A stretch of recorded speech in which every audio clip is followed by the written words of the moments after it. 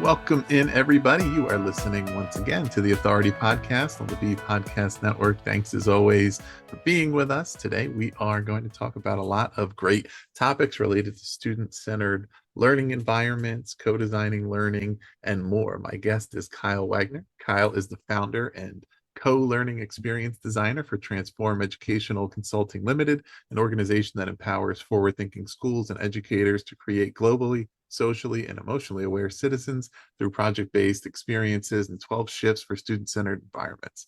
Kyle has taken this passion global, founding micro schools, authoring 2 books, and helping over 1,000 educators develop more than 1,000 transformative learning experiences and the student-centered environments to support them.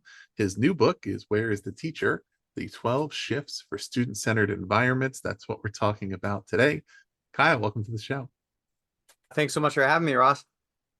I wanted to start with the piece about student-centered environments and digging into it a little bit and kind of, I think, facing it head on, right? I think there's a lot of schools and classrooms that are not designed in this fashion, but they might say it sounds nice, or yes, we're student centered, but not in any particular sort of way. So I kind of wanted to ask, what are some of the hard truths about student centered learning environments? What are the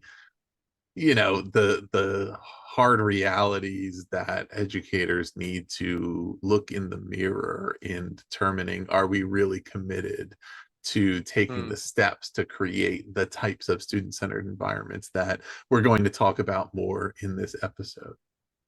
Yeah, I think that's a great question. I like that you said it's hard truths because it's not easy, right? It's challenging, right? And we talk a lot about student-centered learning, and I think we have a vision potentially of what that might look like. I mean, I have my virtual background is set to a student-centered environment. I'm sure you're probably not going to, this will be audio, but if you look behind me in this background, it's kind of hard to find where the teacher is, and that's what I think is a hard truth, is that we are not necessarily the authority figure in the room. I mean, we certainly have an area of expertise in terms of our content, in terms of our insights, in terms of our lived experience, but so do our students.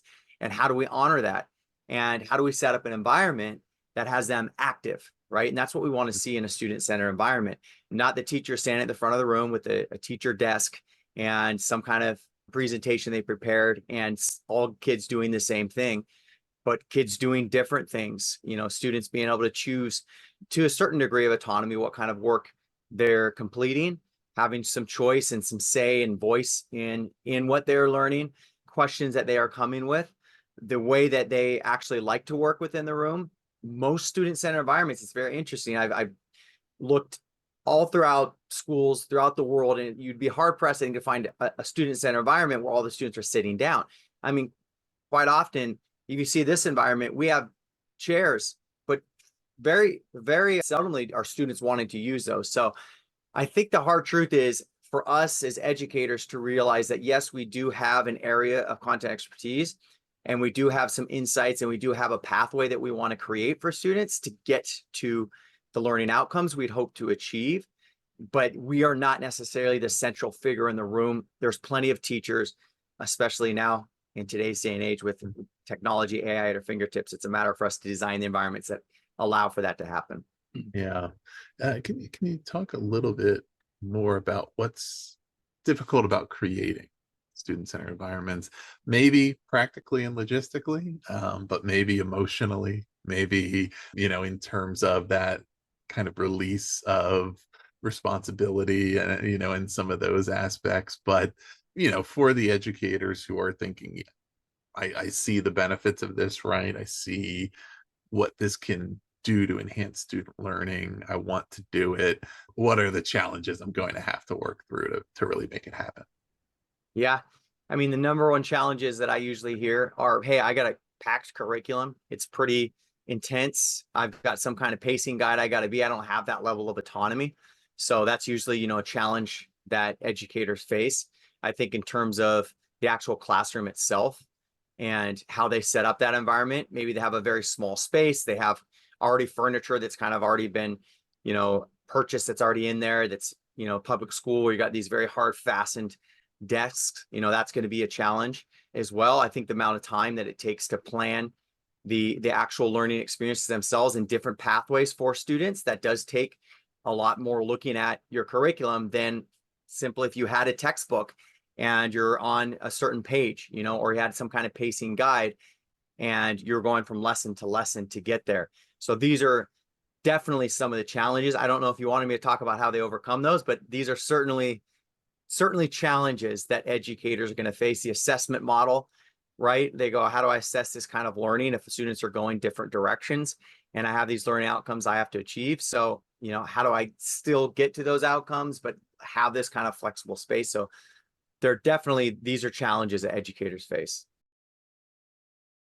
Yeah. Yeah. And let's definitely talk about overcoming them, because we want to demonstrate what's possible. Yeah.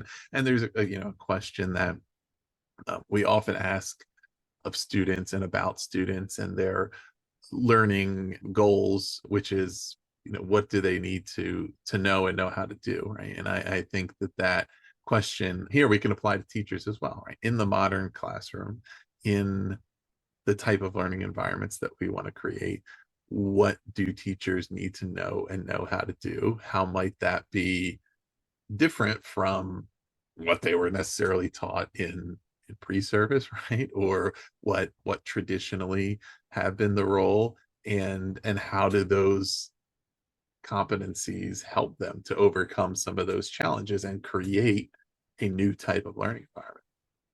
Yeah, good question. And I think, there is definitely preparation that we have as teachers and educators, that when it comes to structuring lessons, when it comes to designing units of study, right?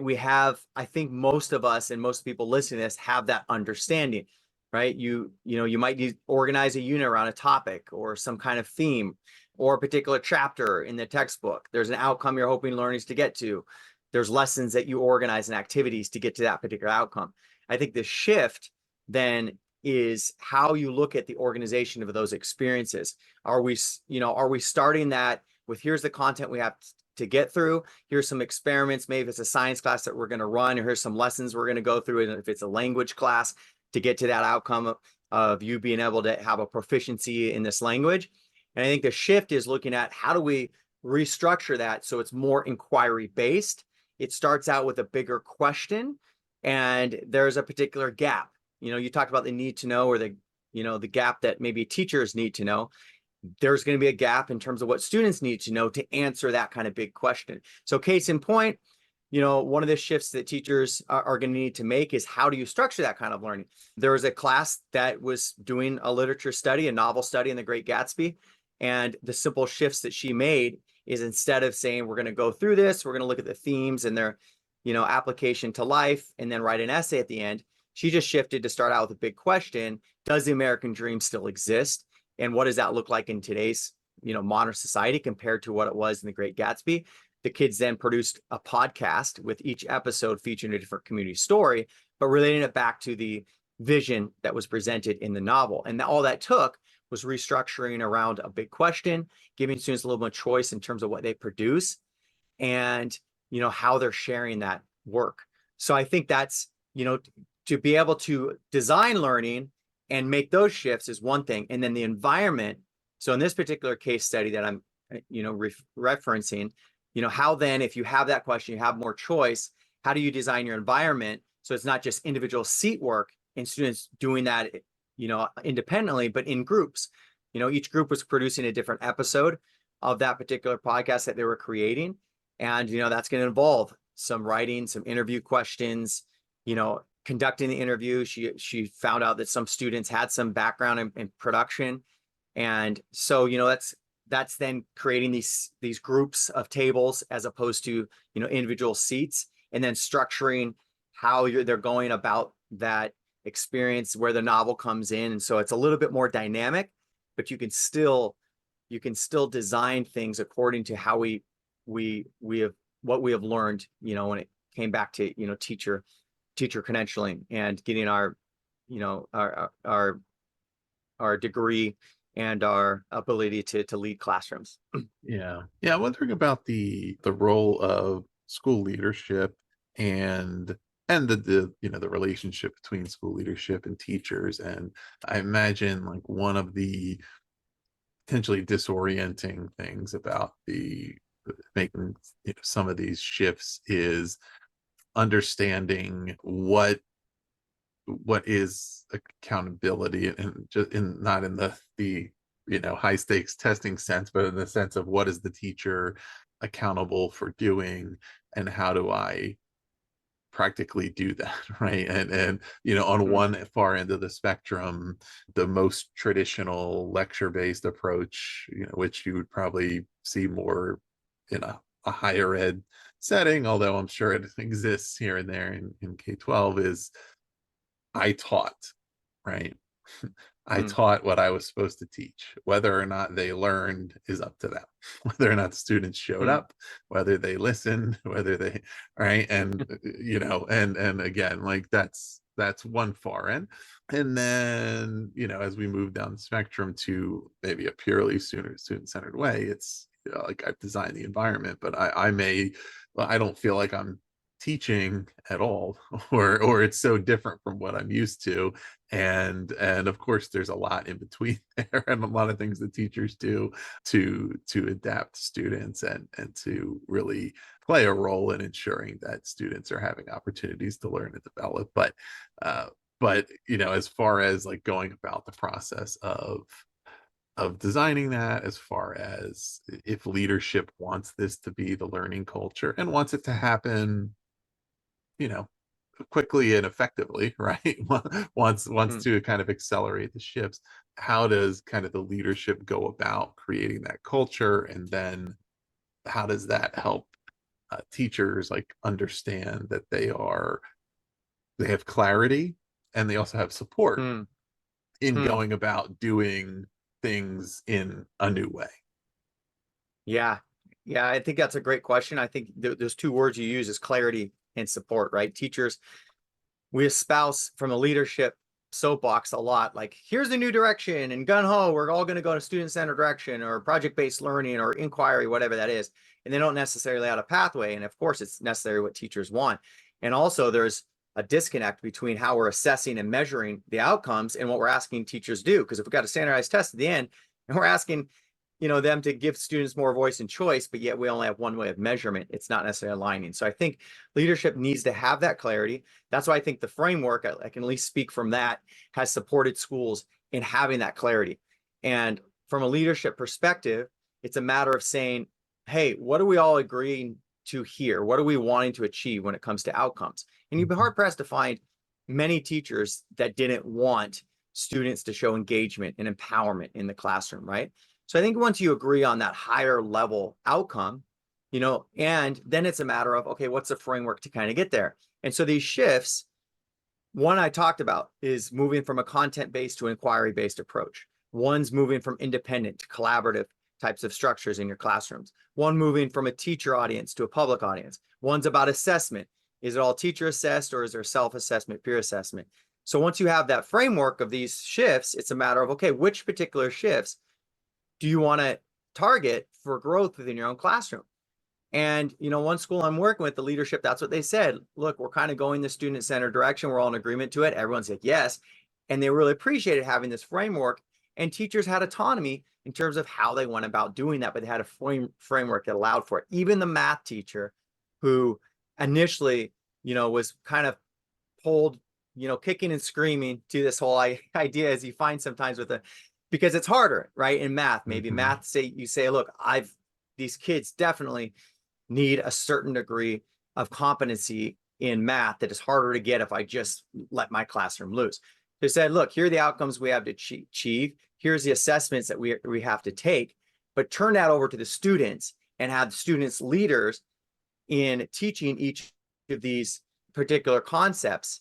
And, those tables were set up so that when it came to particular exponential functions, right, or statistics, where they're teaching, there are the peers who are teaching those different concepts. Teacher then acted as facilitator, moving around to the different groups to support them and to support those leaders. The test scores, he said, jumped up dramatically by doing that, making that shift. So I think the fear and trepidation with, oh, well, I've got all this assessment that we've got to do, and how am I going to get to these outcomes? You still have those outcomes. You still have the content you teach. You're just going about it in a bit of a different way. And leadership supported them in allowing them to choose that shift. That shift that teacher made was from more of a peer feedback. It was one of the shifts rather than just teachers giving feedback to students, and also the independent to collaborative structures. So hopefully Yeah. that answers your question. Yeah, like what else? Because we're going to get into like what, the framework and some of the shifts. Are there other things that need to be in place in a school for like this transformation of student-centered learning to take place? Let's say, we have a starting point of a committed leadership and teachers, right, who have the vision for this and want to see it happen. What else needs to be in place to allow that to actually happen? Yeah, so great question. I mean, we talked a bit about the assessment model. Like, we have to be a little bit more open in terms of how we are assessing students. So if standardized tests are the only measurement of learning, that's going to be hard pressed to make these shifts happen. So I say one thing needs to be in place. You have to have kind of like a varied assessment model. I think also needs to be in place is how you schedule and go about your day. If you've got 40-minute classes and you got 6-7 classes a day and kids are jumping around from place to place, and there's not really a commitment to kind of deeper learning, it's kind of hard to make these shifts really stick. So I think that's also something to look at from a leadership perspective is, how much are you putting on your teachers in terms of how many different preps and how many different classes that they're teaching. So I think that's something that needs to be in place. There's got to be a bit of a collaborative structure. Most schools will have department level meetings, which is great, but a lot of times at the department level meetings, you're maybe talking about curriculum or some kind of student intervention plan. And a lot of times you're not necessarily talking about the actual instructional practice that's happening in the classroom. I think that it's important to have peers in and out of each other's classrooms. So you got to set a culture up where people are reflective. And that's tough to do if everyone's kind of in their own silo, operating on their island. So I think you need that collaborative culture in place, whatever teams you use, and how you're reflecting on, like, bringing evidence to the table. Here's what I'm trying out in my classroom. Here's what it's looking like. Having those talk to other peers who are maybe serving as critical friends to each other. So those are some of the pieces that have to be in place. So let's talk about the 12 shifts framework. Generally, what is it? And what was the inspiration behind it? Sure. So yeah, I mean, we've seen a lot of frameworks in education. I think this framework, first of all, what it is just a starting point for teachers to be able to identify how to shift to a more student empowered, student owned learning space. I always start the conversation with teachers as, if you are going to walk in a student centered space, what are some of the things you think you would see? And I think most teachers are in agreement what some of those things are. That there's, students engaged in multiple tasks happening potentially simultaneously. You hear a lot of student voices as opposed to teacher voices. So, student talk is really trumping teacher talk.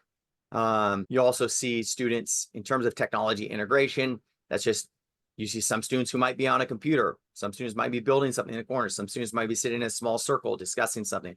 Some students might be giving peer feedback to each other and have whiteboards in which they're doing that. And the inspiration for this and what these shifts are came from High Tech High, from working at High Tech High. And, maybe some listeners are familiar with that. Highly suggest you check that out. Most Likely Succeed featured this school in this environment. Now, they take a very project-based approach to learning, but, having taught there and worked at that school for 3 years and talked to the co-founder, he said they'd rather not be known as a project-based school, but really a dialogue school, and a school that really fosters a continuous dialogue for teaching and learning. And, listeners might be like, well, what does that mean? What does that look like? And really, what it looks like is learning is continuously negotiated. It's co-designed. It's asking learners what they're interested in. When you're introducing a unit of study or topic, what kind of questions do learners have?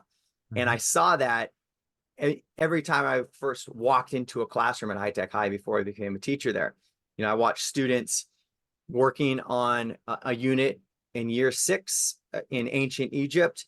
And I saw some students pulling up this block on a ramp to study simple machines. But then there's, some of these other students are into fashion and Egyptian fashion, and they're trying to find out what were kind of the sustainable fashion measures they used then, and what does that look like maybe today. And they're getting to similar outcomes because they have to teach the concepts around ancient civilizations, but they're really giving, students more ownership. So seeing that, I wanted to know the mystery behind it. As a teacher there, I got fascinated with leading this myself, understanding the challenges. It took 3 years to say, oh, I think I have a student-centered environment, a lot of mentorship. And, working with the co-founder there, he handed me a piece of paper and said, when I come into your classroom, this is what I'm looking for. And I still remember it. It was in handwritten. It was on a white piece of paper. It had arrows going from one way to the other, and had some of these words written on it: teacher-led discussion, student discussion, the arrow going to the student way. Mm-hmm. It had also, when it came to reflection, the arrow going both way. We're reflecting on the process of learning, the product of learning. And that kind of was so supportive of me in terms of what I was trying to do in my classroom, that I wanted to be able to disseminate that and share that on a much wider scale. Yeah, I mean, and what you said about the dialogue is so valuable, because really, what better way to enhance and retain learning, right, than by being able to actively engage in dialogue about what you have learned, what you are learning, right? It's the difference between if you read a book at home and then you have a chance to talk about it with somebody the next day, or you never get to talk about it, and that it leaves your head pretty quickly, because you haven't had you haven't actively utilized and accessed that information and gotten somebody to ask you some questions about it and had some back and forth, same as anything else. And if you watch a football game on TV and then you talk about it with a friend, you remember what happened a lot more than if you watch it yourself. You never talk about it. Oh, I don't really remember. I remember the final score. That's it, right? And that can apply to learning as well. And I'm sure it can apply to teaching too, because in your intro to the book, you write about when you first joined High Tech High and this model was already in place, and you were coming in, without having seen it before. And in a case like that, a teacher who's not ready for it can even impede what that learning process looks like. And there's fine lines between each, application of the teaching practice, I would imagine, between micromanaging, right, or getting kind of in the middle of a student's engagement and kind of pulling them out of that, to what facilitating would look like when it's happening effectively, to, on the other end, not really doing much at all, right, to facilitate, and being able to have those colleagues that you can be checking in with and learning from one another, and kind of have a reality check on your own questions when you're thinking, okay, right, because the default for most people in most fields, teachers or otherwise, is going to be like, when I'm not entirely sure how things are going, let me just do something. let me jump in here and and try to do something that at least I know that I took some action. And I'm sure there's times when you're getting used to this model and you're trying to evaluate, okay, like, I see the students engaging. Are they working toward the learning outcomes? I'm sure there's times when students are more or less effective at what they're doing, right, where you're trying to determine, okay, what do I need to do here?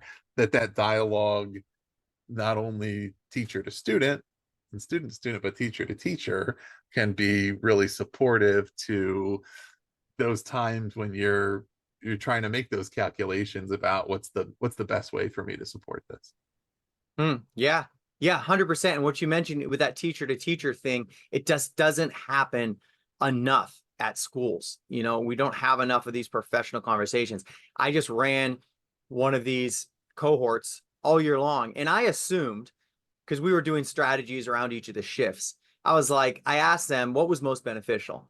And I assumed, a little bit, I'm a little bit embarrassed to say this, but I assumed, oh, the shift strategies, what Kyle presented on how you can make these in your classroom. And they said, no, it was the dialogue and discussion we had amongst our other professional colleagues around what they're doing in their classroom. And like that was most beneficial for them immediately doing something in their classroom. And one of those conversations that was brought up, and like, hey, how can we get our students to present their work to someone beyond just me? One teacher for a DP psychology class, the kids ran their experiments around the different kind of concepts. They ran according to the fidelity of, the actual experiment and process itself. And then she said, hey, what if you shared this with a wider audience? And we had peers coming in, and there were some trepidation, but the kids got excited about it. Kids, spent their own money to produce this very professional display, came in lunch hours and other things. And, she said that completely changed the onus of the learning. That was a dialogue she had with her students, but there's a dialogue too at that discussion table around, hey, what are you doing in your classroom? And she talked about that, and that inspired others to try to do the same thing. So I think that dialogue is really kind of the magic sauce to allow this to take place in the school. Yeah. So I have some questions here related to what's happening inside these shifts, and if you want to highlight kind of the language of what the shifts are to contextualize, please feel free to do so. And the first one is about the design of learning. Who designs learning in student-centered environment? Yeah. So that's it. And that's you, when you mentioned the language, I'm glad you did, because it's a spectrum, right? There's some of us don't necessarily have the freedom or even the, I guess, the competence, myself included, especially when I first started, to say, okay, we're going to co-design everything, and make decisions about what you want to learn and connect it to that and somehow connect it to my curriculum. So the language around co-design is, on the very one side of the spectrum, on the very teacher design, is like teacher designs everything. Teacher designs everything in isolation around their curriculum or the content. There's no student input at all. To the other end of the spectrum, do students have input on how they're assessed, on what kind of pathway they take to the learning outcomes, what kind of questions that they're creating, what kind of products that they're creating as well to demonstrate their learning. So that's on the other end of the spectrum, and somewhere in between is some negotiation. But really, with what we're looking at with co-design is, what input am I giving learners into the ownership of the learning experience themselves? So one example, because I think teachers like to see that, is, well, where's the starting point for that? Well, you got a topic or a particular unit that's coming up, a survey to students, or even asking them, hey, out of this particular topic, what is of interest to you? What questions do you have? What do you already kind of know?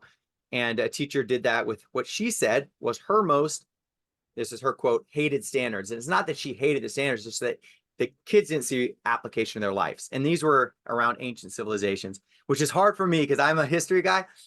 And those would never be my most hated standards. But, for kids, they didn't necessarily see that application. So she just reframed it and said, okay, let's have a bigger question around what kind of application do we see for ancient civilizations and their advancements in our modern day lives. She asked students what kind of questions they had or what advancements they wanted to look at.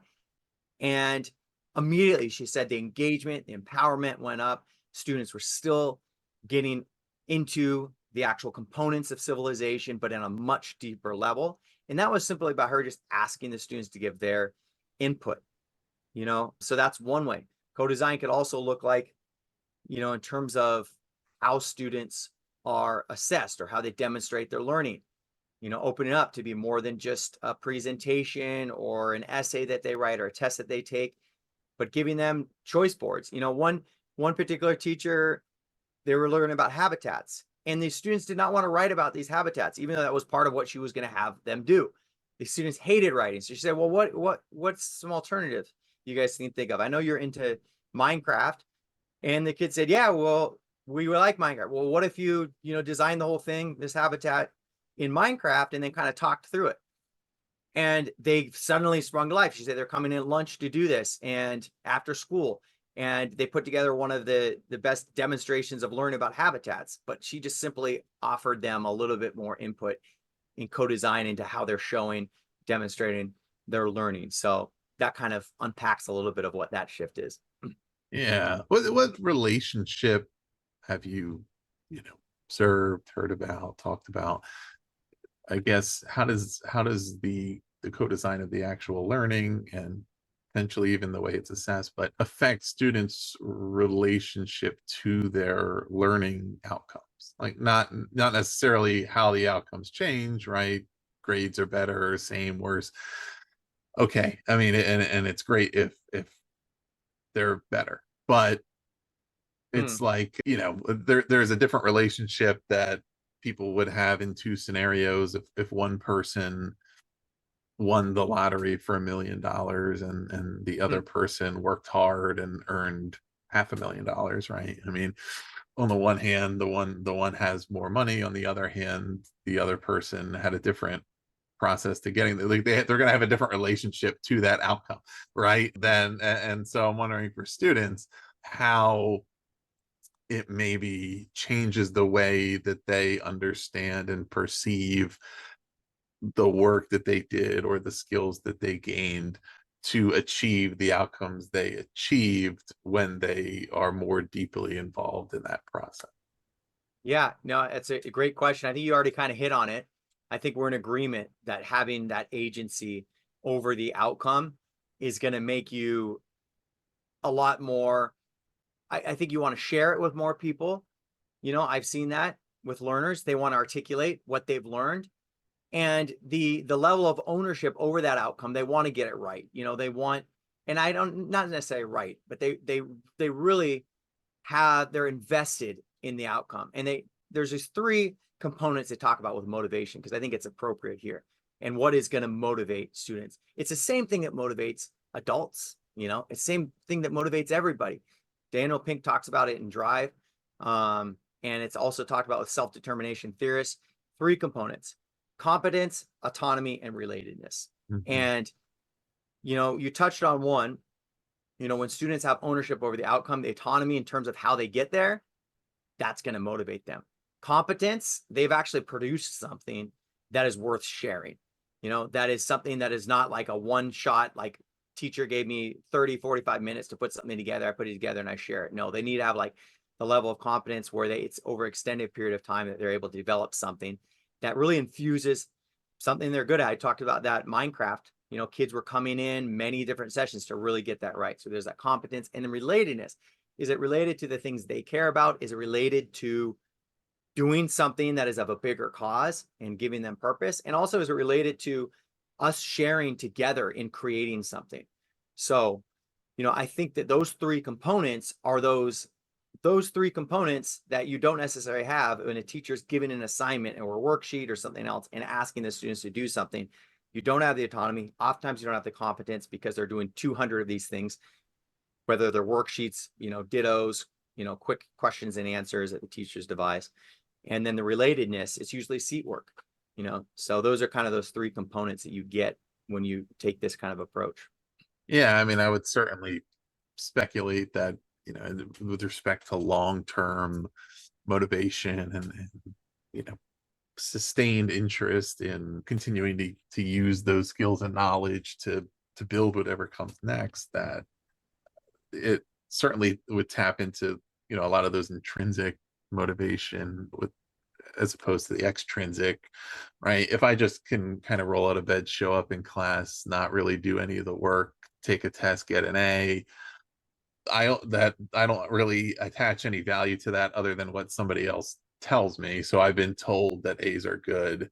And so, okay, I did good, even though I don't, it was something that was super easy for me or whatever. If I had to work hard and work throughout, the entire learning process, and I got a B or whatever, but I understand like what it required to learn that, what that knowledge is, what its applications are, that dialogue about what I can now do with that. I'm probably more likely to be interested in doing more with it. And And that's again why, yes, it's a good thing if we're also seeing corresponding increases in student achievement, proficiency scores, etc. But of course, the purpose of schools doesn't end with what are our test scores, right? And Yeah, touch like on that. Sorry, were you finished? I was gonna say, yeah, unfortunately, there's certain cases where those things maybe matter more than they should as far as the opportunities students may have. But in a shifting, changing economy and things where there's more opportunities for students to be in the future creating what the jobs of the future are and different pathways and things, like certainly having skills that they deeply understand and are passionate about and know how to use to make something new is going to probably be valued beyond just the basics of what we can know and achieve during their time while they're in our schools. Yeah, yeah, 100%. And you touched on grades. That's a challenge. Is what if we remove the grade? What if we said, you know what? I'm not going to grade you at the end of this. You're going to demonstrate to me what you've learned and how you've learned these particular things, these 6 or 7 objectives, whatever it was. And now all of a sudden that puts the onus on the students. And one teacher did that and removed grades. And the feedback that she got from the students, the amount of learning they were able to articulate, like shot actually through the roof. And because it's based on research, I mean, grades will motivate you to a certain extent. They'll motivate you to do well on that, next test or to jump through that hoop. But long-term retention, as you're mentioning, that doesn't happen. And no employer is going to ask you, maybe some will, but it's probably not the place you want to work. Like, show me your high school transcript, and you're, I don't know, you're 25 and you're, they need a programmer or a marketing communications director, right? Nobody's going to say, show your high school transcript, show me what you can do. And the more we can have the narrative of school be about learners showing what they can do and not necessarily jump through the hoops to get an A or whatever that desired outcome is, yeah, the more value they're going to be able to offer and meaning they're going to find outside of school. Yeah. How about content? What is the role of content in a student-centered learning environment? I think the role of content is to still, you're going to be hard pressed to ask any science teacher if it's not important to go through a scientific process or use data to back up the results. So the content is a good starting point, I think, for how we're designing these learning experiences. So the role that content plays is going to be significant in terms of what students are going to need to learn to get to whatever that outcome is. That's a very student-centered outcome. So students who are building a green space in this year 2 classroom, okay, they're going to need to learn about living, non-living things. This is the content that's part of the actual course itself. So the content is a good starting point to design around. And so, but it serves a higher purpose of the outcome. The outcome is not necessarily regurgitation of the content. It's using the content to do something novel, with it. So the examples I gave you earlier around the American Dream and the podcast around that, I mean, the content has to do a lot with looking at historical analysis. The one I just gave with this living, non-living things, there's a lot of science content involved. That psychology course where the students are presenting their results to another class. The content's still there in terms of the experiments they ran and how they shared the results and was it peer reviewed. So the content will always be there, but it's now just shifting in terms of how we look at that content. It's serving a larger outcome, answering a bigger question as a result. So hopefully that answers the question. Yeah, absolutely. We've talked, this has definitely been part of prior discussion, but evaluation versus motivation, right? And the things, the teachers are making these shifts maybe to do, but I'm thinking about it too in terms of, so on my other podcast sideline sessions, I interview coaches. And so sometimes I'll be talking to a high school football coach, for example, right? And they might be kind of in a position where they have like the dual role of being the most expert person at being able to give one of their student athletes some accurate and honest guidance on what types of opportunities may be available to them at the college level, right? Well, you should be looking at programs at this level. This is going to be a good fit for you, while at the same time being their coach now, and needing Mm, to like demonstrate belief in them and motivate, right? Like, and sometimes those things can feel like they're in conflict. Okay, I'm trying to show you how much I believe in you and how good I think you are. On the other hand, I have to be honest with you and tell you that you're not going to be able to play at this Division 1 level, or whatever the case may be, right? And whereas students' futures, like in general, there's maybe more open-ended, and there's a lot more things that could happen. There are also evaluation is more than grades and assessments, right? hmm And it's like, how do I prepare my students for the future? And how do I show them that you know, they don't have limits on what they can do and achieve, but also contextualize it in terms of the real world and those kind of things. So I don't know if any of that lines up to your thought process, but I'd be curious. And I think what you're getting at is just the delicate relationship, right, between Hmm. the coach in this situation that you're mentioning, right, and the player. And I think that's a kind of a good analogy for the classroom as well. We've got coach, and we've got different players, and they all have their individual needs. And when it comes to evaluation, you're right, we can't just have a grade-based evaluation, right? We've got to make it personalized for each of them. But I challenge anyone who's listening to this is taking a coach relationship is, how do we develop our players? How do we develop our students, right? Hmm. And what is going to be very significant for one particular student might not be meaningful or significant at all to another. Grades might be something that's motivating a few of your students, your top achievers, but for that one who barely shows up to class, every day, sits in the back of the room's got their head down, the minute they come in, there's going to be an entirely different relationship. And that's what really it comes down to. In the same way coach develops individual players, we're developing relationships with each of our students. When it comes to evaluation, I'd like to call it a demonstration, not Hmm. an evaluation, a demonstration. So, for that coach who's coaching their players, like, let's start from a strengths-based model, not a deficit model. Hey, you're not going to be playing Division 1. What's your alternative pathway? More like, hey, where are your strengths? Where are those things that we can really highlight? Where can we really build off of those things?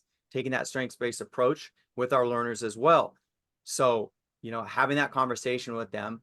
Hey, here's some particular concepts that are a little you're struggling with. Let's, work through those. But hey, here's where you're shining.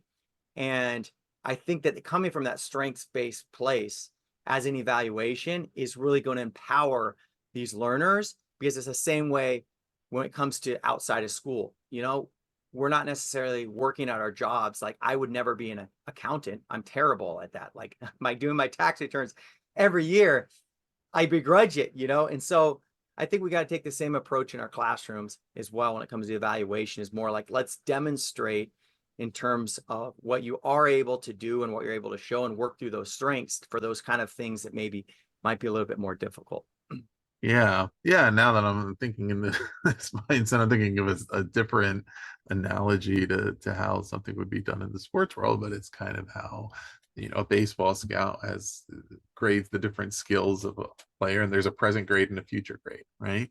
And Hmm. there's, okay, like, this is how developed these skills are right now, but this is what I project this player can develop into in the future. So that, it could be, okay, you're a student and you're graduating next year, and you're telling me you want to go to Harvard, and right now, based on your current profile, like, that's probably not going to happen, but you're capable of that and more. And if you continue to strengthen and this, right, you can work. But maybe a different contextualization for some of that dialogue, again, to say, okay, like, I'm not helping you if I'm not giving you any kind of accurate guidance, but it's also strengths based, asset based, as far as, let's keep working on these things. You're fully capable of doing that. And if you understand what those things are, then you can fulfill that capability, versus not having that clarity again. There's one more piece related to the shifts that I wanted to ask about, and that is, and this relates to project-based learning and other similar forms of learning, is that the concept of the authentic audience, right? Creating work that's not for the teacher, but it's for whoever that audience would be in the real world. And my question relates to the teacher's role in this, of gaining an understanding of, and then helping students understand who that authentic audience is, and particularly like really being able to explore projects for whom the audience is not really familiar to the teacher, right? I like this speaks to part of that, how this is a new opportunity for teachers to learn about things, because then they can help students understand it as well. So is your question around the how to be comfortable with that role in terms of who the audience is, or how to find that audience, or how to help students find that audience? How to find it and how to help students find it. Yeah. How to do it, particularly when you're wanting to help students really understand and reach an authentic audience that is outside of your own lived experience, right? Sure. Yeah. I think that's a great question. There's many different starting points for that. The audience could be literally the classroom next door. So that might be an authentic audience, especially if they're designing, when it comes to cafeteria or a waste-free campus, like that actually is going to be a more relevant audience. So, starting with the audience that the kids are most familiar with and can work most integrally with is a great starting point, I would say, for teachers and for kids as well. That green spaces that I was mentioning, their audience was literally their year level, because that green space was going in a shared common space. And, so that's a good starting point for teachers who go, I don't know, like, how do I get the students creating for this real world audience that exists outside of school? Like, that's a tall, big ask. So I'd say maybe that's a good starting point for them. And I think too, when you're chatting with your students and about the work that they might want to take on, it's always just a good thing to ask, okay, who are you considering sharing this with? So if you're starting really open-ended and you're giving students a lot of choice in terms of how they're showing their and demonstrating their learning, that might be one of your questions, is like, who might benefit from what you're producing besides just sharing that as something that you learned, and giving students a little ownership over that. And oftentimes, they'll get really excited that they have that opportunity, and it might be challenging for them, and you can support them, in the same way coaches support their player and giving them some potential suggestions. I saw one particular unit of study that this grade 5 class was doing around heroes. And, a lot of classrooms do this unit around heroes and, what heroes are worth celebrating. And the teacher helped support them and say, who from our community would you like to celebrate? Who are some heroes? And they, went through this kind of inquiry. The teacher brought in some people that they already had, like, firefighters, people who have started, small businesses, and, people organize these youth centers, anyone who they might think of a hero. And they asked the students themselves to kind of look at heroes. And having that conversation with the kids, the kids then came up with these heroes that they would have never maybe thought about themselves. They found heroes in their own family, right? And the audience then became that aunt or uncle or grandfather they don't really keep in contact with, but they learned more about, and learned about that person was a pediatrician and was a hero in their mind after having that conversation. And then they created these little narrative stories about that hero, and they presented that book, to that person, whoever that was. So, that was facilitated by conversation that the teacher was having with the kids around who is worth sharing this with. I'd say that teachers can start with asking that question to their learners. Also look at what is a potential audience within your own school, within the classroom next door, in terms of what kids are producing. And, those are maybe some starting points to look at making things more authentic and finding a public audience. When you're helping a school to use the 12 shifts framework to transform their practice, and they're getting starting to get the ball rolling, what are some of the indicators you're looking for to tell that it's starting to take hold? Yeah, I think the indicators usually are what they set themselves. So the action steps. So I always start them with a goal. Where do you want to get to? So for example, this teacher that wanted to make an audience more public, the indicators were, you know, are students presenting to an audience outside of the classroom, and what impact is that having on learning? And they're tracking that and giving evidence of that, and then coming back to these sessions and sharing that. Some that do this Socratic discussion, student-led discussion, rather than the lead discussion, we're going to look at this text, this piece of writing, whatever it is. There's going to be a circle where students are going to be talking. Some of the evidence is, are more students speaking up? You know, are more of them taking initiative? In terms of actual fulfillment of the assignments, you know, is that going up? You know, so I usually will task teachers to show what kind of evidence are you going to bring that shows this shift in action and the impact that it's having on learning. And I think just the whole engagement piece, you know, in general, you know, how engaged are your learners, and how do we measure that engagement? And I think that's participatory, you know, and sometimes that's, you know, also evaluative as well. And through these surveys, through asking for the feedback from their learners, from getting observed also. So they run observations. We'll have a cohort, and they get observed by their, you know, coordinator, the one who's kind of overseeing this whole thing that I liaison with. And, you know, she's looking for these evidence, and she's put together, this is what I'm looking for in a classroom. You know, I'm looking for more. You said you want more student-led discussion. You know, are the students chatting a lot more? You said you want more collaborative. When I come into your classroom, where am I seeing these teams, and what are they talking about? How they're negotiating their roles. So I like to put kind of allow the same agency for teachers to talk about what evidence they're going to collect and how they're going to share that. And then also from a more evaluative side, having the supervisor, coordinator be able to go into each of those classrooms through these learning walks. Yeah, amazing. Well, listeners, the book, Where is the Teacher, is published by Routledge. It's available from them or wherever you get your books. We'll also put the links below to where you can find it directly on Kyle's website. Kyle, anything else listeners should check out on your site or elsewhere? Well, they should check out more of your podcasts. Yeah, I just wanted to say I really appreciate this opportunity as a fellow podcaster as well. I think it's amazing how prolific your episodes have been, and, you know, the value that you're offering in terms of leadership and the coaching kind of mindset that you take, I think is very valuable. And, you know, I think it also aligns hopefully with the shifts that we're trying to make in the classroom as well. Connect with me on LinkedIn if you want. Anyone who's listening to this, you can look me up, Kyle Wagner. I'm pretty active there as the main space to kind of provoke this thought. And I also have a newsletter that I put out as well. And you can get in touch with me by just reaching out via email, kylewagner@transformschool.com. Excellent. Well, we will put the links below to Kyle's website, transformschool.com. There's a 12 shifts scorecard there you can take if you want to get a sense of how you might do some of these things in your school. You can get the book.